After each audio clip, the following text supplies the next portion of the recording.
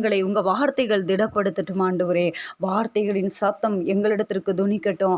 ஆவியானவர் சபைகளுக்கு சொல்லுகிறதை காதுள்ளவன் கேட்க கடவன் என்று எழுதப்பட்டிருக்கிறதே. ஆண்டவரே, விருத்த சேதனம் அடையட்டும் எங்கள் செவிகள். பொறுப்பெடுத்து நடத்துவீராக ஆண்டவரே. நீ மறைத்து கொண்டு ஆண்டவரே நீர் வெளிப்படுவீராக. எவ்வளவேனும் ஆண்டவரே நீர் பெருகவும் நான் சிறுகவும் வேண்டும். சகல துதிகன மகிமையெல்லாம் உமக்கு ஏறெடுக்கிறேன். இயேசு கிறிஸ்துவின் நாமத்தில் பிதாவே, ஆமென் ஆமென். இந்த நாளிலும் ஆண்டவர் நம்மோடு கூட பேச போகிறதான ஒரு வார்த்தை, ரகசியம் அப்படிங்கிற ஒரு தலைப்பில் நம்ம கர்த்தருடைய வார்த்தையை நம்ம தியானிக்க போகிறோம். பாருங்கள், இந்த உலகத்தில் ரகசியம் அப்படின்னு சொன்னாலே அது காக்கப்பட வேண்டிய ஒரு விஷயம் அப்படின்னு சொல்லிட்டு நமக்கு தெரியுது. ஒரு ரகசியத்தை யார் யார் கூட பேசுவாங்க அப்படின்னு சொன்னால், ரொம்ப முக்கியமானவங்க கிட்ட மட்டும்தான் ரகசியங்களை நம்ம பகிர்ந்து கொள்வோம். எல்லாரிடத்துலும் ரகசியங்களை சொல்ல முடியாது இல்லையா? அந்த நம்பிக்கைக்கு பாத்திரமாக இருக்கிறவங்க கிட்ட மாத்திரம் மட்டும்தான் ரகசியங்களை சொல்ல முடியும். அதே போல் பாருங்கள், ஆண்டவர் ரகசியங்களை சொல்கிறார். யாரிடத்திலே சொல்கிறார் என்றால், அவருக்கு பிரியமானவர்களிடத்திலே சொல்லுகிறார். எல்லாரிடத்திலும் ஆண்டவர் தம்முடைய ரகசியங்களை சொல்லிவிட்டு போகிற தேவன் அல்ல. அவர் எல்லாரிடத்திலும் அவர் ரகசியங்களை அவர் என்ன பண்ண மாட்டார் அப்படின்னு சொன்னால், சொல்லிவிட்டு போக மாட்டார். வசனம் இப்படியாக சொல்லுகிறது, கர்த்தருடைய ரகசியம் அவருக்கு பயந்தவர்களிடத்தில் இருக்கிறது. யாரெல்லாம் அவருக்கு பயந்து நடக்கிறாங்களோ, யாரெல்லாம் அவருக்கு பிரியமாக நடக்கிறாங்களோ, அவருக்கு பயந்து நடக்கிற ஒரு கூட்டம் இருக்கிறது. அந்த கூட்டத்தின் இடத்திலே ஆண்டவர் தம்முடைய ரகசியங்களை வெளிப்படுத்துகிற தேவனாக இருக்கிறார். ரகசியங்களை அவர் வெளிப்படுத்துகிறார். தமக்கு பயப்படுகிற அந்த கூட்டத்திலே ஆண்டவர் ரகசியத்தை வெளிப்படுத்துகிறார். சங்கீதம் 25:14 வசனத்தை, 25வது சங்கீதம் 14வது வசனத்தை ஆதாரமாக நான் எடுத்துக்கொள்கிறேன்.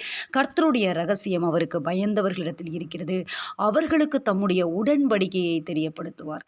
ஆமாம், ரகசியத்தை யார் கூட ஆண்டவர் ஷேர் பண்ணுவார் அப்படின்னு சொன்னால், பயந்தவர்கள்கிட்ட மாத்திரம்தான் அவர் தன்னுடைய ரகசியத்தை வெளிப்படுத்துவார் அப்படின்னு சொல்லி வசனம் சொல்லுகிறது. அப்போ இந்த நாளில் நம்ம யோசித்து பார்க்கலாம், ஆண்டவர் தம்முடைய ரகசியத்தை நமக்கு தெரிவிக்கும் அளவுக்கு நம்முடைய ஆவிக்குரிய நிலைமை இருக்கிறதா? நாம் அவருக்கு பயந்து சில காரியங்களை செய்கிறோமா? ஆண்டவர் சொன்னார், ஆபிரகாமுக்கு நான் மறைப்பேனா? ஆபிரகாமுக்கு என்னுடைய காரியங்களை மறைப்பேனா? அவங்ககிட்ட நான் சொல்லாமல் இருப்பேனா? லோத்து பாருங்கள், சோதோம் குமரால இருக்கும்போது அங்கே அழிக்கும்படி ஆண்டவர் சித்தம் கொண்ட உடனே யாருக்கு தெரியப்படுத்துறாரு தெரியுமா? ஆபிரகாமுக்கு தெரியப்படுத்துறாரு. சிநேகிதனோடு பேசுவது போல ஆபிரகாமோடு பேசுகிறார். மோசையை பாருங்க, மோசையுடைய சகோதரர்கள் அவருக்கு விரோதமாக எழும்புவாங்க. ஆண்டவர் சொல்லுவார், மோசையை குறித்து நீங்கள் என்ன நினச்சிட்டீங்க? நான் யாராவது ஒரு தீர்க்கதரிசி இருந்தால் சொப்பனத்திலாவது தரிசனத்திலையாவது தேவன் அவனோடு கூட பேசுவாரா? நான் மோசை கூட நான் எப்படி பேசுகிறேன் தெரியுமா? அப்படியெல்லாம் பேசலை, முகமுகமாக பிரத்யட்சமாக பேசுகிறேன். தேவ சாயல் அவன் பார்த்துட்டு இருக்கான். யாருக்கு விரோதமாக நீங்கள் பேசுகிறீங்க? அப்போ பாருங்க, ஆண்டவருக்கு பயந்தவர்களிடத்திலே அவருடைய ரகசியம் இருக்கிறது. பயந்தவர்களிடத்தில் அவர் பேசுவார். ஆண்டவர் பேசுவார். இந்த காலை வேளையிலே நம்முடைய காரியங்கள் எப்படி இருக்கிறது? அப்படி ஒரு ரகசியத்தை குறித்து தான், அப்படி ஒரு காரியத்தை குறித்து தான் பவுல், அப்போஸ்தலனாகிய பவுல் எழுதி வைக்கிறாரு. 1 கொரிந்தியருக்கு நேராக வேதாகமத்தை திருப்பிக் கொள்ளுங்க. 1 கொரிந்தியர் 2வது அதிகாரம் 7வது வசனத்திற்கு நேராக உங்கள் வேதாகமத்தை எல்லாரும் திருப்பிக் கொள்ளும்படி அன்போடு கூட கேட்டுக்கொள்கிறேன். அவர் ஒரு காரியத்தை சொல்கிறாரு. என்ன காரியம் அப்படின்னு சொன்னால், ஒரு காரியம் இருக்குது. அந்த காரியம் எப்படிப்பட்டது அப்படின்னா, மறைக்கப்பட்டு இருக்குது, ரகசியமாக இருக்குது. அப்படிப்பட்ட ஒரு காரியத்தை நான் உங்களோடு கூட பேச போகிறேன்.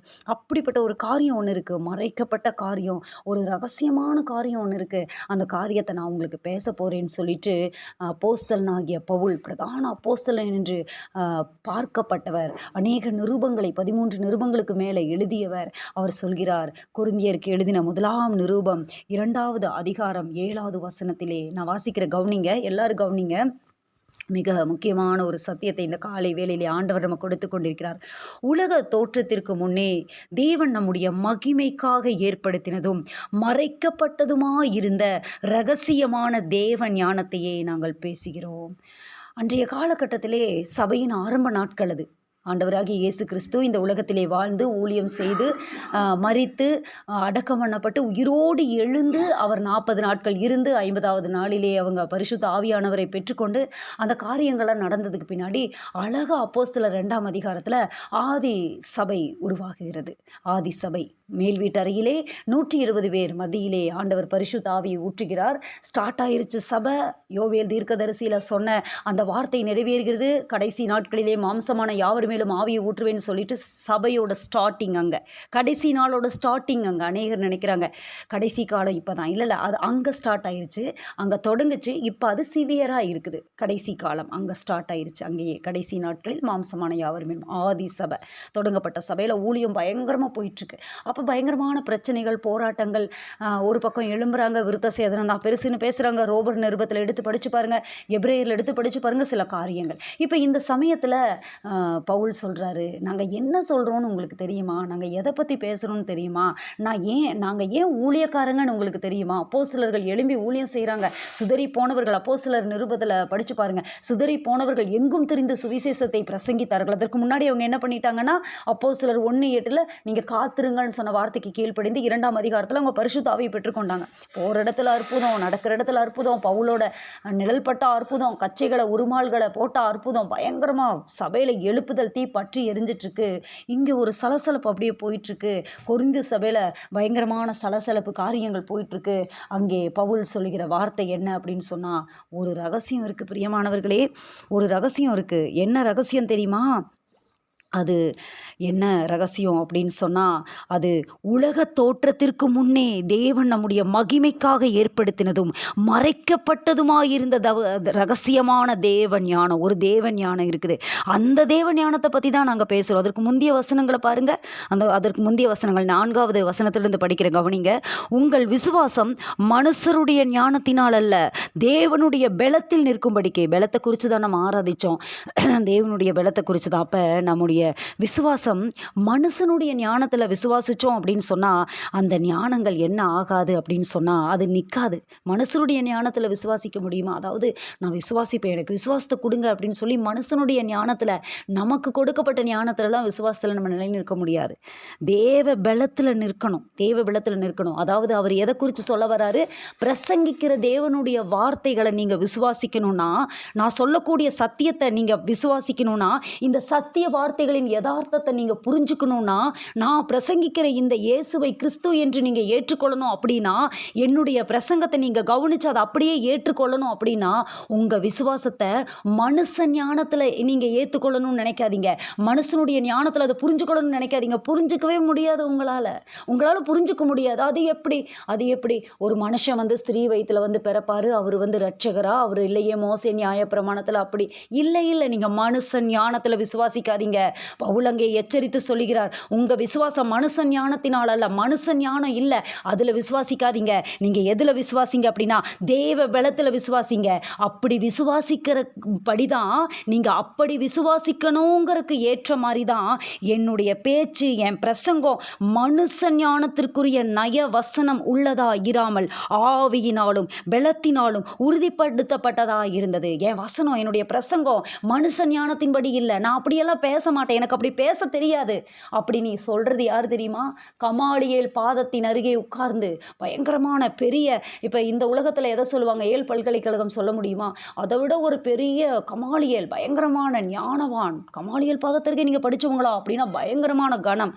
அந்த இடத்துல படித்த அந்த ஞானம், அந்த காரியங்கள் இருக்கிறதுனால அவர் சொல்கிறாரு, பவுல் அந்த கமாலியேல் பாதத்தருகே பெற்றுக்கொண்ட ஞானத்தை வச்சுக்கிட்டு, மனுஷனுடைய அந்த சாதுரிய ஞானத்தை வச்சுக்கிட்டெல்லாம் நான் பிரசங்கம் பண்ணல. அந்த மாதிரி எனக்கு காரியம் இல்லை, அப்படியெல்லாம் நான் சொல்ல மாட்டேன். அவங்க அந்த விசுவாசத்தை நீங்கள் மனுஷனுடைய அந்த ஞானத்தில் நீங்கள் நிற்கணும்னு நினைக்காதீங்க. அந்த விசுவாசம் உங்களுக்கு அப்படியெல்லாம் வராது. தேவ பலத்தில் நிற்கும்படிக்கு என்னுடைய வசனமும் என்னுடைய பிரசங்கமும் எப்படி இருக்குது அப்படின்னா, சாதுரிய ஞானமாலாம் இல்லை, மனுஷனுடைய அந்த நயவசனம் உள்ளதாலாம் இல்லை, ஆவியினாலும் பலத்தினாலும் இருக்குது. இருந்தாலும் தேர்ந்தவங்களுக்குள்ள நாங்கள் ஞானத்தை தான் பேசுகிறோம். இந்த பிரபஞ்சத்தோட ஞானத்தை நாங்கள் பேசலை, அழிஞ்சு போகிறவைகளாகி இப்பிரபஞ்சத்தின் ஞானத்தை நாங்கள் பேசலை. நாங்கள் எதை பேசுகிறோம் தெரியுமா? உலக தோற்றத்திற்கு முன்னாடி ஒன்று இருக்குது, அது உலக தோற்றத்திற்கு முன்னாடி மறைக்கப்படுது. ஆமாம், அது மறைக்கப்பட்டிருந்தது. ஒவ்வொரு பரிசுத்தவான்களும் பார்க்க ஆசையாக இருந்தாங்க. கேட்பாங்க, மனோவா கேட்பார், சிம்சோனோட அப்பா கேட்பார், ஐயோ உங்களை நாங்கள் கனம் பண்ணும்படி நாமம் என்ன, உங்கள் நாமம் என்ன, உங்கள் பேர் என்ன? அதை நீ கேட்பானேன், அதை நீ எதுக்குப்பா கேட்குற? அது அதிசயம் அப்படின்ட்டு போயிடுவார். பாருங்க, கர்த்தருடைய தூதன் பழைய ஏற்பாட்டில் எங்கெங்கெல்லாம் வருதோ அது இயேசு கிறிஸ்து, அது இயேசு கிறிஸ்து. எல்லாமே பார்க்க ஆசைப்படுறாங்க, பரிசுத்தவான்கள் பார்க்க ஆசைப்படுறாங்க. பாருங்க, ஏசாயா தீர்க்கதரிசி சொல்றாரு, ஈசா எனும் கரெக்டாக அதை வரைக்கும் கேட்ச் பண்ணியாச்சு. ஈசா எனும் அடி மரத்திலிருந்து ஒரு துளிர் தோன்றி ஒரு வேர் துளிர் அங்கே தான் வருவார், தெரிஞ்சிருச்சு. அந்த சந்ததி தான் வருவார். கடைசி அந்த காரியத்தை கேட்ச் பண்ணியாச்சு. யூதா வம்சம், யூதா சந்ததி எல்லாம் வந்துருச்சு. ஆனால் அந்த நாமம் அறியப்படலை. யாக்கோபு கேட்குறாரு, என்ன பேர்? இல்லை இல்லை, நீ அதை கேட்பானேன். அதிசயம். மனோபாவுக்கு சொல்லப்பட்ட வார்த்தை அதிசயம். ஒவ்வொருத்தரும் பார்க்க ஆசையாக இருக்காங்க, பார்க்க ஆசையாக இருக்கிறாங்க, பெரிய காரியம் பார்க்க ஆசையாக இருக்கிறாங்க. ஆனால் யாருக்குமே கிடைக்கப்படலை. ஒரு ரகசியம் உலக தோற்றத்திற்கு முன்னே அடிக்கப்பட்ட ஆட்டுக்குட்டி, உலக தோற்றத்திற்கு முன்னே ஒரு ரகசியம் மறைக்கப்பட்டிருக்கு. அது ரொம்ப ரொம்ப அருமையான ரகசியம். அது அந்த ரகசியம், அந்த காரியத்தை நாங்கள் உங்ககிட்ட பேசுகிறோம். அதை எப்படி தெரியுமா பேசுகிறோம்? நாங்கள் மனுஷ ஞானத்தினால பேசலை, மனுஷ ஞானத்தினால பேசலை. நாங்கள் ஆவியினாலும் வெள்ளத்தினாலும் உறுதிப்படுத்தப்பட்ட தேவ வார்த்தையை நாங்கள் பேசுகிறோம். நாங்கள் பேசுகிற வார்த்தை இப்பிரபஞ்சத்தின் பிரபுக்களுடைய ஞானத்தை நாங்கள் பேசலை. இந்த பிரபஞ்சத்தில் அநேகம் ஞானிகள் இருக்காங்க, கிரேக்க தத்துவ ஞானிகள். அப்போவே பாருங்கள், அரிஸ்டாட்டில் எத்தனை பேர் இல்லை, கிரேக்க தத்துவ ஞானிகள், பிளாட்டோ, நம்மளாம் படிச்சிருப்போம். கிரேக்கர்கள் ஞானத்தை தேடுகிறார்கள். கிரேக்கர்கள்னால் சாதாரணமான காரியம் இல்லை. கிரேக்க அரசாங்கம் அன்றைய காலகட்டத்திலே அவங்கள ஞானத்தை பார்ப்பாங்க. யூதர்கள் என்னத்தை பார்ப்பாங்க? அடையாளம். அவங்களுக்கு அடையாளம் வேணும். ஐயோ, மோசையின் நியாய பிரமாண சட்டத்தில் அப்படி எழுதியிருக்கு, இப்படி எழுதியிருக்கு, அந்த அடையாளம், இந்த அடையாளம். இவங்க ஞானத்தை பார்ப்பாங்க. கொரிந்தியருக்கு எழுதுவார், இதுக்கு முந்தின அதிகாரம் நான் நினைக்கிறேன். கிரேக்கர் ஞானத்தை தேடுகிறார்கள், யூதர் அடையாளத்தை பார்க்குறாங்க. ஆனால் இதெல்லாம் இல்லை, உங்களுக்கு ஒரு அடையாளம் கொடுக்கப்படுது. அங்கேயே சொல்லிடுவார், எங்கன ஏசாயா தீர்க்கதரிசி, ஒரு அடையாளம். அது என்ன அடையாளம் தெரியுமா? கன்னிகை கர்ப்பவதியாகிற அடையாளம், பெரிய அடையாளம். இதுவரைக்கும் முழு உலகத்தில் நடக்காத ஒரு அடையாளம், ஒரு அதிசயமான அடையாளம். அதுதான் உங்களுக்கு அடையாளம் அப்படின்னு சொல்லிட்டு போயிடுவார். கன்னிகை கர்ப்பவதியாவா, குமாரனை பெறுவா, இம்மானுவேல்னு பேர் வைப்பா. ஹல்லேலூயா. அது வரைக்கும் வெளிப்பட்டுருச்சு, அது வரைக்கும் காரியம் வெளிப்பட்டுருச்சு. அந்த காரியத்தை தான் உங்களோட நான் பேச போகிறேன், உங்களோட பேச போகிறேன்னு சொல்லிட்டு, மறைக்கப்பட்ட அந்த ஞானம், மறைக்கப்பட்ட ரகசியமான தேவ ஞானம், அதை இந்த பிரபஞ்சத்து பிரபுக்கள் அறியலையாம். அப்போ அந்த தேவ ஞானம் என்ன? மறைக்கப்பட்ட அந்த ரகசியம் என்ன? இயேசு. ஹல்லேலூயா. கரங்களை தட்டி தேவ நாமத்தை உயர்த்தலாமா? மறைக்கப்பட்ட அந்த ரகசியம், மறைக்கப்பட்ட அந்த காரியம், மறைக்கப்பட்டதுமா இருக்கிற ரகசியமான தேவ ஞானம் என்னன்னா, கிறிஸ்து எங்களுக்காக சிலுவையில் அறையப்பட்டு பாவ மன்னிப்பாகிய மீட்பை பரிசுத்தமுள்ள இரத்தத்தினாலே கொடுத்து எங்களை தேவனுக்கு முன்பாக பரிசுத்தரும் நீதிமான்களுமாக மாற்றி, கண்டிக்கப்படாதவர்களும் நாங்கள் குற்றம் சாட்டப்படாதவர்களுமாய் நிறுத்தி நித்திய ஜீவனை எங்களுக்கு அளிப்பதே அந்த ரகசியமான தேவ ஞானம். ஹல்லேலூயா. கரங்களை தட்டி தேவ நாமத்தை நம்ம உயர்த்தலாம். அதுதான் அந்த மறைக்கப்பட்ட தேவ ஞானம், அதுதான் அந்த ரகசியம், அதுதான் அந்த பரம ரகசியம். ஹல்லேலூயா. பரலோகத்தின் தேவனானவர் ரகசியங்களை வெளிப்படுத்துகிறவர். பவுலுக்கு இங்க ரெவலேஷன் ஓப்பன் ஆயிருச்சு, பவுலுக்கு ஓப்பன் ஆயிருச்சு, பேச ஆரம்பிக்கிறாரு. அந்த ரகசியத்தை நாங்க பேசிட்டு இருக்கிறோம். இந்த பிரபஞ்சத்தின் பிரபுக்களோட ஞானத்தை நாங்க பேசல. ஆனா இந்த பிரபஞ்சத்தின் பிரபுக்களுக்கு தெரியல, ராஜாக்களுக்கு தெரியல, பெரிய பெரிய ஆளுங்களுக்கு தெரியல, ஞானமுள்ளவங்களுக்கு தெரியல, கல்விமான்களுக்கு தெரியல. அதனாலதான் ஞானிகளுக்கு மறைச்சாரு ஆண்டவர். பைத்தியங்களை தெரிஞ்சு கொண்டாரு. ஆமா, பேதைகளை, மீன் பிடிக்கிறவங்களை பாருங்க, ஒண்ணுமே இல்லாம வேலை வெட்டி இல்லாம சுத்திட்டு இருந்தவங்களை அவங்களெல்லாம் பிடிச்சிட்டாரு. சொல்றாரு, நான் தான் இயேசு, நான் தான் ரட்சகர், நான் தான். ஹல்லேலூயா. நான் தான் உங்களுக்காக மீட்கும் பொருளா வந்தது, நான் தான் அப்படின்னு சொல்றாரு. ஹல்லேலூயா. அதை பத்தி நாங்க பேசிட்டு இருக்கிறோம், அதை பத்தி நாங்க பேசிட்டு இருக்கிறோம். அவங்க தெரிஞ்சிருந்தாங்கன்னா மகிமையின் கர்த்தரை சிலுவையில் அரைஞ்சிருக்கவே மாட்டாங்க. அந்த ரகசியம் அவங்களுக்கு தெரிஞ்சிருந்துச்சு அப்படின்னு சொன்னா அவங்க சிலுவையில் அரைஞ்சிருக்க மாட்டாங்க. அரைஞ்சிட்டாங்க, தெரியல அவங்களுக்கு. இப்பிரபஞ்சத்தின் பிரபுக்களுக்கு தெரியல, அவங்களுக்கு அந்த ஞானம் இல்லை. ஆனா தேவன் அவைகளை என்ன தெரியுமா செஞ்சாரு? எங்களுக்கு ஆவியில வெளிப்படுத்திட்டாரு, எங்களுக்கு அதை ஆவியில வெளிப்படுத்திட்டாரு. ஆமா, பாருங்க, இந்த ரகசியம் மிகப்பெரியது. ஏன் இன்னைக்கு அநேகர் ஏற்றுக்கொள்ள மாட்டேறாங்க? ஏன் இயேசுவை கிறிஸ்து என்று ஏற்றுக்கொள்ள மாட்டேறாங்க? ஏன் கிறிஸ்தவங்கெல்லாம் பைத்தியம், அவங்கெல்லாம் ஒண்ணுமே இல்லை, அவங்க சொல்றதெல்லாம் நம்பாதீங்க, பொய்ன்னு ஏன் சொல்றாங்க? ஏன் அப்படின்னு சொன்னா, இப்பிரபஞ்சத்தின் தேவனானவன் கண்களை குருடாக்கி வைத்திருக்கிறான் என்று வேதம் சொல்கிறது.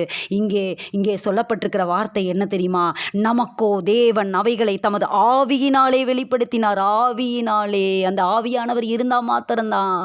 ஆவியானவர் இல்லைன்னா புரிஞ்சிக்கவே முடியாது பிரியமானவர்களை. எப்படி புரிஞ்சிக்க முடியும்? புரிஞ்சிக்கவே முடியாது. அது ஆவிக்குரிய உலகம், அது அழகானது. ஆவியில வாழ்ற வாழ்க்கை அழகானது. எவர்கள் தேவ ஆவியினாலே நடத்தப்படுகிறார்களோ அவர்கள் தேவனுடைய புத்திரராய் இருக்கிறார்கள். அது ரொம்ப அழகான வாழ்க்கை, ஆவியில் நடத்தப்படுற வாழ்க்கை. மாம்சத்தில் பார்க்குறவனுக்கு வேடிக்கையாக இருக்கும், கேவலமாக இருக்கும், பைத்தியம், என்ன பைத்தியம் மாதிரி நடந்துக்கிறாங்கன்னு நினைப்பான். ஆனால் அவங்களுக்கு தான் தெரியும், இப்படி தான் போகணும். ஆமாம், எரிகோவை தகர்க்கறதுக்கு முன்னாடி இஸ்ரவேல் ஜனங்களை பார்த்து எரிகோவின் ராஜாவும் எரிகோவின் ஜனங்களும் ராகா பேசிய தவிர எல்லாரும் அப்படிதான் பண்ணியிருப்பாங்க. என்னடா இவங்க 6 நாளும் வர்றாங்க, சுத்துறாங்க, போறாங்க, ஒரு பெட்டியை ஒன்றை தூக்கிட்டு வராங்க, முன்னாடி போகுது, 7வது நாள் வர்றாங்க, அதே மாதிரி அவங்க சிரிக்கிறாங்க, கிண்டல் பண்றாங்க, பார்க்குறாங்க. இங்கே 7 தடவை சுற்றி ஆர்ப்பரியுங்கன்னு சொல்லும்போது எரிகோ மதில் இடியுது. உலகத்துக்கு பைத்தியம், அவர் நடத்துகிற விதம் ஆச்சரியம். ஹல்லேலூயா. இன்றைக்கு நம்முடைய வாழ்க்கையிலே ஆண்டவர் அப்படிப்பட்ட ஆச்சரியங்களை நடத்தி கொண்டிருக்கிறார். அதை எப்படி அறிஞ்சு கொள்ள முடியும் தெரியுமா? ஆவியினாலே அந்த ரகசியமான தேவ ஞானம், இயேசுவே கிறிஸ்து என்கிற அந்த தேவ ஞானம், அதை அறிந்து கொள்றதுக்கு ஆவியினாலே நடத்தப்படுகிற வாழ்க்கை நமக்கு வேணும். நமக்கோ தேவன் அவைகளை தமது ஆவியினாலே வெளிப்படுத்தினார். அந்த ஆவியானவர் எல்லாவற்றையும் தேவனுடைய ஆழங்களையும் ஆராய்ந்திருக்கிறார். ஆமா, தேவ ஆவியானவர் தேவனுடைய ஆழங்களை ஆராய்ந்திருக்கிறவர். அந்த ஆவியில தான் நம்ம புரிஞ்சுக்க முடியும். பாருங்க, வசனம் சொல்லுகிறது, பவுல் எழுதுகிறார் கொரிந்து சபைக்கு, மனுஷனில் உள்ள ஆவியே என்று மனுஷரில் எவன் மனுஷருக்குரியவைகளை அறிவான். ஒரு மனுஷனுடைய ஆவி இல்லைன்னா அவன் எப்படி மனுஷருக்குரியவைகளை அறிந்து கொள்ள முடியும்? ஆண்டவராகிய இயேசு கிறிஸ்து இந்த உலகத்தில் ஊழியர் செய்யும் போது அவரை குறித்து சொல்லப்பட்ட ஒரு வார்த்தை என்ன தெரியுமா? மனுஷருக்குள் இருப்பதை அவர் அறிந்திருந்தபடியினால் ஒருவரும் அவருக்கு மனுஷனை குறித்து சொல்ல வேண்டியதில்லை. இவன் என்ன நினைக்கிறான்னு அவருக்கு தெரியும். ஆமாம், சீசர்களுடைய இருதயத்தை அவர் அறிந்து அப்படின்னு சொல்லி நிறைய இடங்களில் பரிசேயர் சதுசேயருடைய அந்த காரியத்தை அறிந்து மனசில் நினைக்கும் போதே இவர் வெளியில் சொல்லிட்டு போயிட்டே இருப்பார். பயப்படுவாங்க அவங்கெல்லாம். அப்போ பாருங்கள், பயங்கரமாக வல்லமையாக காரியங்கள் இருந்துச்சு. அப்போ மனுஷனுக்குள் இருப்பதே, அப்போ ஒரு மனுஷனோட ஆவி இல்லைன்னா மனுஷனுக்குள்ளே இருக்கிற காரியத்தை ஒருத்தனால புரிஞ்சுக்க முடியாது. மனுஷனா இவன் இப்படி தான் டிசைன் பண்ணப்பட்டிருப்பான் இந்த காரியம். அதே போல் ஒப்புமையாக சொல்கிறாரு. அதே போல் அப்படி போல் தேவனுடைய ஆவியையே என்று ஒருவனும் தேவனுக்குரியவைகளை அறிய மாட்டான். தேவ ஆவி இல்லைன்னா உனக்கு தேவ ராஜ்யத்துக்குரிய அறிஞ்சு கொள்ளவே முடியாது. தேவ ஆவி இல்லைன்னா நீ எப்படி அறிஞ்சு கொள்ளுவ தேவனுடைய ராஜ்யத்துக்கு குறித்தவைகளை? அதனாலதான் பரிசுத்த ஆவியை பெற்றுக்கொள்ளுங்க, பரிசுத்த ஆவியை பெற்றுக்கொள்ளுங்க. அந்த ஆவியானவர் சகல ரகசியங்களையும் அறிந்திருக்கிற. ரகசியம் வேணுமா? ரகசியத்தை பேசணுமா? அப்பா உங்களோட ரகசியத்தை பேசணுமா? உங்க குடும்பத்தில் நடக்கிற ரகசியமான காரியங்கள் உங்களுக்கு சொல்லிக் கொடுக்கணுமா? உங்க குடும்பங்களை நடக்கிற பின்னாடி வைத்திருக்கிற அந்த எதிர்கால திட்டங்களை ஆபிரகாமுக்கு சொன்னவர், தாவீதுக்கு சொன்னவர், உங்களுக்கும் சொல்லுவார். உங்க பிள்ளைகளை குறித்து, உங்க காரியங்களை குறித்து, உங்க குடும்பங்களை குறித்து ஆண்டவர் அழகா, சில பேருக்கு புரிஞ்சு கொள்ள முடியல அப்படின்னு சொன்னா நடத்திடுவாரு. அந்த ரகசியத்தை பேசணும், அந்த ரகசியத்தை ஆண்டவர்களோட ஷேர் பண்ணணும் அப்படின்னு நினைச்சா அந்த ஆவியானவருடைய ஆழங்களுக்குள்ள நம்ம போகணும்னா ஆவியில நடத்தப்படுகிற வாழ்க்கை. ஆவியானவரை பெற்றுக்கொள்ளும்படியாய் இந்த காலை வேளையில் ஆண்டவர் நம்மோடு கூட எச்சரித்துக் கொண்டிருக்கிறார். தேவனுடைய ஆவியையே அன்றி ஒருவனும் தேவனுக்குரியவைகளை அறிய மாட்டான். நாங்களோ, அவர் சொல்றாரு, பவுல் சொல்றாரு, நாங்களோ இந்த உலகத்தின் ஆவி எங்களுக்குள்ள இல்ல, சிலருக்குள்ள உலகத்தின் ஆவி. இன்றைக்கெல்லாம் ஊழியங்களுக்குள்ள உலகத்தின் ஆவி, ஊழியர்களுக்குள்ள உலகத்தின் ஆவி. பரிசுத்த வாழ்க்கை வாழ்ற மாதிரி தேவ பக்தியின் வேஷத்தை தரித்து கொண்டு அதன் பலனை மறுதளிக்கிற ஒரு கூட்டம் எழும்பிருச்சு. கடைசி காலத்தோட மிக முக்கியமான அடையாளம் பாருங்க பிரியமானவர்களே, தங்களுடைய உடைகள் முதல் கொண்டு கவனம் இல்லை. உடைகளில் பாருங்க, பலிபீடத்தில் பயங்கரமான காரியங்கள் போய்கொண்டிருக்கிறது. கண்களுக்கு முன்பாக பிரத்யட்சமாக பார்த்து கொண்டு இருக்கிறோம். சமூக ஊடகங்கள் ஒன்றும் மறைவானது அல்ல. கள்ள உபதேசங்கள், காரியங்கள், நடை உடை பாருங்க, அவங்களுடைய கனிகளினாலே அறிவீர்கள். இன்றைக்கு காரியம் எப்படி இருக்கிறது? ஒரு கூட்டம் பின்னாடி போயிட்டு இருக்கு, வசன அறிவு இல்லாததுனால. பவுல் சொல்றாரு, நாங்கள் உலகத்தின் ஆவி எங்களுக்கு இல்லை, உலகத்தின் ஆவியை நாங்கள் பெற்றுக்கொள்ளலை. தேவனால் எங்களுக்கு அருளப்பட்டவைகளை அறியும்படி தேவனிலிருந்து புறப்படுகிற ஆவியை பெற்றிருக்கிறோம். நாங்கள் தேவன்கிட்ட இருந்து புறப்படுகிற ஆவி எங்களுக்கு இருக்குது. அவைகளை நாங்கள் மனுஷ ஞானம் போதிக்கிற வார்த்தைகளினாலே பேசாமல், வார்த்தை கூட எங்களுக்கு வேண்டாம். மனுஷனுடைய ஞானம் போதிக்கிற அந்த வார்த்தை கூட எங்களுக்கு வேண்டாம். எங்களுக்கு தேவ வார்த்தை போதும், தேவனுடைய வார்த்தை போதும். பரிசுத்த ஆவி போதிக்கிற வார்த்தைகளினாலே பேசி, ஆமா எங்களுக்கு அது போதும். இந்த உலகத்தில் நய வசனிப்பு, மனுஷனுடைய ஞானம், இதில் நாங்கள் பேச நாங்கள் விரும்பல. இந்த உலகத்தின் ஞானத்தை நாங்கள் பேச விரும்பல. அதுதான் சொல்லிட்டாரு, எங்களுடைய அந்த பிரசங்க சாதுரியம் இந்த உங்கள் விசுவாசத்தினால நீங்கள் மனுஷ ஞானத்தை, அந்த விசுவாசத்தை நீங்கள் பார்க்கணும், பிடிக்கணும் நாங்கள் நினைக்க மாட்டோம். ஆவியினாலும் பலத்தினாலும் நீங்கள் பிடிச்சுக்கொள்ளணும், அந்த விசுவாசம் தான் நிலைச்சு நிற்கும் அப்படின்னு சொல்லிட்டு, அவைகளை நாங்கள் மனுஷ ஞானம் போதிக்கிற வார்த்தைகளினாலே பேச மாட்டோம். பரிசுத்த ஆவி போதிக்கிற வார்த்தைகளினாலே பேசி ஆவிக்கு உரியவைகளை ஆவிக்குரியவைகளோடு சம்பந்தப்படுத்தி காண்பிக்கிறோம். ஆமாம், அது ரொம்ப அழகானது. இது ஆவிக்குரிய காரியத்தோடு சம்பந்தப்படுத்தி காட்டுற காரியம். அது வேணும்னா இங்கே ஆவியின் ஆழங்கள் வேணும். ஆவியானவருடைய ஆழங்களுக்குள்ளே நம்ம போகணும், அதுக்குள்ளே போகணும். அந்த தேவ ஆவியின் ஆழங்களுக்குள்ளே நம்ம போகணும். அப்படிப்பட்ட காரியங்கள் நம்ம வாழ்க்கையில் இருக்கணும். ஜென்ம சுவாபமான ஒரு மனுஷனுக்குள்ள ஜென்ம சுவாபம் இருக்கா? அப்படிப்பட்ட மனுஷன் என்ன பண்ணுவான் தெரியுமா? தேவனுடைய ஆவிக்குரியவைகளை ஏற்றுக்கொள்ளவே மாட்டான். ஆவிக்குரிய காரியத்தை சொல்லி பாருங்க, சில இடத்துல சொல்லி பாருங்க, கிண்டல் பண்ணுவாங்க. அவைகள் அவனுக்கு பைத்தியமாக தோன்று. சொல்லிட்டாரு பாருங்க, முடிச்சிட்டாரு கடைசியா, பைத்தியங்க அப்படின்னு சொல்லுவாங்க. பைத்தியங்க, இவங்கெல்லாம் பைத்தியமானவங்க அப்படின்னு சொல்லி. ஆமா. பைத்தியமாக தோன்றும். அவைகள் அவனுக்கு பைத்தியமா தோன்றும். அவைகள் ஆவிக்கு ஏற்ற பிரகாரமாய் ஆராய்ந்து நிதானப்படுகிறவைகளால் ஆவிக்கேற்ற பிரகாரமாய் ஆராய்ந்து நிதானிக்கப்படுகிறவைகள் ஆனதால் அவைகளை அறியவும் மாட்டான். ஆனால் ஆவிக்குரியவன் என்ன பண்ணுவானா, எல்லாத்தையும் ஆராய்ஞ்சு நிதானிச்சிருவான். ஆனாலும் மற்றொருவனாலும் அவன் ஆராய்ந்து நிதானிக்கப்பட மாட்டான். ஆவிக்குரியவனை எவனுமே டீல் பண்ண முடியாது, ஆராயவே முடியாது. ஆமாம், என்னடா இவங்க இப்படி நடந்துக்கிறாங்க, என்னடா இவங்களுடைய காரியங்கள் எப்படி இப்படி இருக்குது அப்படின்னா புரிஞ்சிக்கவே முடியாது. அன்றைய நாட்களிலே பாருங்கள், தேவ ஆவியை பெற்றவங்க மறைப்பொருளானதை ரகசியமானதை வெளிப்படுத்தினாங்க. சில காரியங்களை சொல்ல முடியும், உதாரணங்களை எடுத்துக்கொண்டு வந்தேன், நம்மளுக்கு டைம் இல்லை.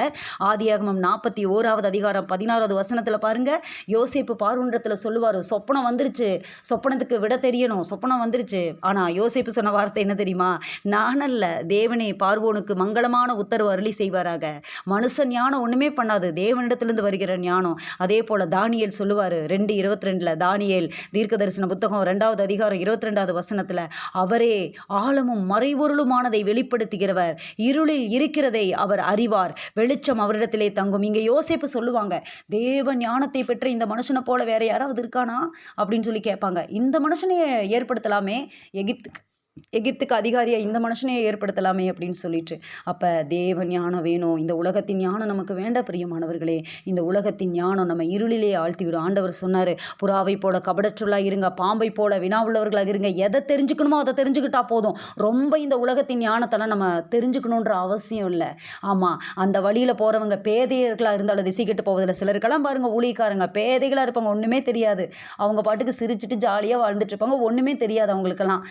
ஆனால் அழகாக நடத்திடுவார். எப்படி நடத்துவார் அப்படின்னே தெரியாது. ரொம்ப அழகாக, உலகத்தில் ஞானம் சுத்தமாக இல்லை. ஒரு பஸ் ஏறி கூட போயிட்டு அவங்களுக்கெல்லாம் வர தெரியாது, அப்படிப்பட்டவங்களாக கூட இருப்பாங்க. ஆனால் உலகத்தில் அழகாக அட்டகாசமாக ஆண்டவர் நடத்திடுவார். ஏன்னா ஆவிக்குரிய அறிவு இருக்குல்ல, அந்த அறிவு அப்படியே நடத்திடும், அப்படியே அழகாக நடத்திடும். ஆனால் உலகத்தில் ஜீரோ நாலேஜ், ஒன்றுமே தெரியாது. எவ்வளவு கொடுத்தா என்ன பண்ணலாம், இப்போ இந்த காரியம் என்ன போயிட்டுருக்கு, இப்போ நிலம் என்ன விலைக்கு விற்கிது, தங்கம் என்ன விலைக்கு விற்கிது, ஒன்றுமே தெரியாது. ஜீரோ நாலேஜ் உலகத்தில். ஆனால் ஆவியில் கேட்டு பாருங்கள், அனல் பறக்கும், அனல் தெரிக்கும், அழகாக நடத்திட்டு போயிடுவார். கையை பிடிச்சு, வாமா நான் இருக்கமா, உனக்கு உலகம் தெரியலன்னா என்ன, நான் இருக்கேன். அதுக்கு அந்தந்த நேரத்தில் அந்தந்த ஆளை ஏற்படுத்தி வச்சுட்டு அப்படியே போயிட்டே இருப்பார் ஆண்டவர் அழகா. ஏன்னா பரலோகத்துக்கு வேலை ஜாஸ்தி, இவனுக்கு வேலை செஞ்சே ஆகணும். ஏன்னா பரலோகத்தோட திட்டத்துக்குள்ளேயும் இருக்கான். உலகம் தெரியல, அங்கே பரலோகம் ஆளை அனுப்புது. போப்பா கொஞ்சம் அதிகமான பேர், உலகத்தில் ஒன்றுமே தெரியாது, கூட போ. தூதனுக்கு கொஞ்சம் ஸ்பெஷல் ஏற்பாடு, அவங்களுக்கு மட்டும் கொஞ்சம் ஸ்பெஷலான கொஞ்சம் பாதுகாப்பு. போப்பா, ஒரு 2 தூதன் போகிறானா, அவனுக்கு ஒரு 4 தூதன் எக்ஸ்ட்ரா போ. உலகத்தில் அவனுக்கு ஒன்றுமே தெரியாது. அழகாக ஆண்டவர் நடத்திட்டு போயிட்டே இருப்பார். தானியேலில் சொல்லப்பட்டிருக்கிற அந்த வார்த்தைகள் பாருங்கள், என் பிதாக்களின் தேவனே, நீர் எனக்கு ஞானமும் வல்லமையும் கொடுத்து நாங்கள் உம்மிடத்தில் வேண்டிக் கொண்டதை இப்பொழுது எனக்கு அறிவித்து ராஜாவின் காரியத்தை எங்களுக்கு தெரிவித்தபடியால் உம்மை நாங்கள் புகழுகிறோம் அப்படின்னு சொல்லிட்டு. ஆண்டவர் ஞானத்தை கொடுக்கிற தேவன். இந்த உலக ஞானத்தை அல்ல, இந்த உலகத்திலே காணப்படுகிற ஞானங்கள் அல்ல, அந்த ஞானங்கள் விருதா. இந்த உலகத்தின் ஞானங்கள் வேணும் அப்படிங்கிற அளவுக்கு நம்மளுக்கு போதும். ரொம்பலாம் மூழ்கணும்னு அவசியம் இல்லை. இன்றைக்கு பாருங்கள், கூகுள் வந்துச்சு, எல்லாத்துலேயும் கூகுளில் போய் தேடினாங்க. கூகுளில் இதெல்லாம் தேடினீங்கன்னா உங்களை அரெஸ்ட் பண்ணிடுவாங்கன்னு சொல்லி தடை உத்தரவு இருந்தும் சில காரியங்கள் தேடப்பட்டது. அடுத்தது அதையும் மீறி ChatGPT வந்துருச்சு. இப்போ பாருங்கள், சின்ன குழந்தைங்கள்லேருந்து LKG ஹோம்ஒர்க் கூட அதை பார்த்து எழுதுகிற ஒரு நிலைமைக்கு வந்துருச்சு. எல்லாம் ChatGPT. எல்லாம் ஒன்றும் கவலைப்படாதீங்க, கூகுள் இருக்குது அப்படின்னு சொன்னதை எல்லாம் போயிட்டு இப்போ ChatGPT. அந்தளவுக்கு மனுஷனுடைய ஞானம் போயிருச்சு. AI டெக்னாலஜி எல்லாமே போயிருச்சு. இப்போ சமீபத்தில் ஆய்வு கண்டுபிடிச்சிருக்கிறாங்க, உலகத்தில் எவ்வளவு ஞானம் பெருகுதோ அந்தளவுக்கு டேஞ்சர். ஆண்டவர் வர நாட்களில் உலகத்தின் அறிவு பெருகும்னு வசனம் சொல்லுகிறது. ஆமாம், வசன பஞ்சம் வரும், உலகத்தில் அறிவு பெருத்து போகும். அங்கே இங்கே ஓடி மனுஷர்கள் ஆராய்ச்சி பண்ணுவாங்க, கண்டுபிடிச்சிருக்கிறாங்க ஒரு காரியம். தகவல் வந்திருக்கு. என்ன அப்படின்னு சொன்னால், அறிக்கை சமர்ப்பிச்சிருக்கிறாங்க. என்ன அப்படின்னா, தொழில்நுட்பத்தில் நிறைய வீடியோஸ் கொட்டி கிடக்கு தான் யூடியூப்பில். அதில் என்ன காரியம் அப்படின்னு சொன்னால், பூனைகளை வச்சு எல்லாம் பண்ணி ஒரு மாதிரி வீடியோலாம் போடுறாங்களா. பூனைகள் இது பண்ணுற மாதிரி நிறைய வீடியோ வருதான். அதையெல்லாம் பார்த்து பிள்ளைகளுக்கு என்ன ஆகுதான், மிருகத்தனமான ஒரு காரியம் வருதான் மனசுக்குள்ளே. அந்த மாதிரி காரியத்தை பார்க்க விடாதீங்க. உங்கள் பிள்ளைகள் துணிகரமான பாவத்துக்குள்ளே ஆளாக நேரிடும், மிருகத்தனமான காரியங்கள் போயிடும், பார்க்க விடாதீங்கன்னு சொல்லிட்டு கவர்மெண்ட்லேருந்து அரசாங்க அதிகாரிகள், ஆமாம், போலீஸ் அதிகாரிகள் வந்து அறிக்கை விட்டிருக்காங்க. அதிகாரப்பூர்வமான அறிக்கை நேத்து நான் செய்தியில பார்த்தேன். அப்ப இந்த உலகத்தின் ஞானம் பார்த்தீங்களா? அறிவு பெருத்தவன், நோவு பெருத்தவன் யாரு சொல்லிட்டு போனா? உலகத்துல ஞானத்த பெற்ற அந்த சாலமோன் ஞானி சொல்லிட்டு போனது. அவனுக்கு முன்னாடி இப்படி இல்ல, இனி பின்னாடி பிறக்க போறதும் இல்ல. ஆனா அவன் சொல்லிட்டு போன வார்த்தை என்ன தெரியுமா? அறிவு பெருத்தவன், நோவு பெருத்தவன். ஆமா. அந்த காரியங்கள் இன்றைக்கு உலகத்தின் அறிவு நோவுகளுக்குள்ள பாருங்க கொண்டு போயிருச்சு மனுக்குலத்தை. சின்ன சின்ன பிள்ளைங்களுடைய இருதயத்துல காரியங்கள் அப்படி போய்க்கொண்டு இருக்கிறது. அப்ப நம்ம எந்த காரியத்தை அறியணுமோ அதை அறிஞ்சுக்கணும். தேவ ரகசியத்தை, தேவ ஞானத்தை, இந்த உலகத்தின் ஞானத்தை தெரிஞ்சு கொள்ளலினா கூட நம்மளுக்கு ஒன்றும் பிரச்சனை இல்லை பிரியமானவர்களே. ஒன்றும் பிரச்சனை இல்லை. ஆண்டவர் நம்மளை நடத்திடுவார். தேவ ஞானத்தை, வேதத்தின் ரகசியங்களை, காரியங்களை நம்ம அறிந்து கொள்ளணும். இந்த காலை வேளையில் ஆண்டவர் நம்மோடு கூட பேசி இருக்கிறார். தேவ ஞானம், தேவ ரகசியம், தேவ கிருபை இதெல்லாம் நம்ம அறிந்து கொள்ளணும். அவர் ரகசியத்தை யார் கூட ஷேர் பண்ணுவார் அப்படின்னா பயந்தவர்கள் கூட. அந்த காரியத்தை மறக்கக்கூடாது. கர்த்தருக்கு பயந்திருப்போம். அவருக்கு பயந்தவர்களுக்கு ஒரு குறைவும் இல்லை. சிங்கக்குட்டிகள் தாழ்ச்சி அடைந்து பட்டினியாக இருக்கும். ஆனால் ஆண்டவர் இருளில் இருக்கிற காரியங்களை வெளிப்படுத்துகிற தேவன், மறைவாக இருக்கிறவைகளை வெளிப்படுத்துகிற தேவன். என் ஊழியக்காரனுக்கு சொல்லாமல் நான் செய்வேனா?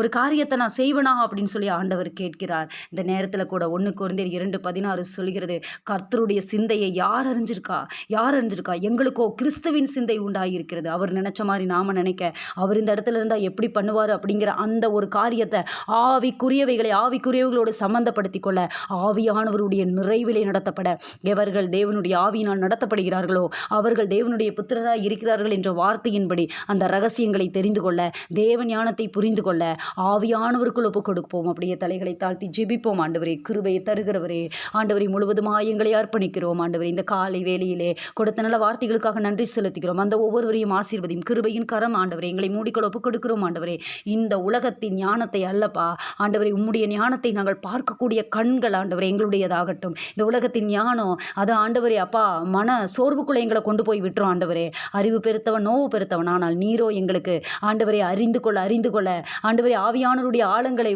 அதை அறிந்து கொள்ள முடியாது. அது போயிட்டே இருக்கும். அது புதையலை போல ரகசியம். ஹல்லேலூயா. அதற்குள்ள மூழ்கி முத்தெடுக்கும்படியாய் பரிசுத்த ஆவியானவர் நம்மை அழைக்கிறார். பிரியமானவர்களே, தேவாதி தேவனின் ஆழங்களை ஆராய்ந்து அறிபவரே, பரிசுத்த ஆவியானவரே, எங்களை மூடிக்கொள்ளுங்க. முழுவதுமாய் தாழ்த்தி அர்ப்பணிக்கிறோம். சகல துதி கன மகிமையெல்லாம் உமக்கு ஏறெடுக்கிறோம். இயேசு கிறிஸ்துவின் நாமத்தில் ஜெபிக்கிறோம் பிதாவே. ஆமென்.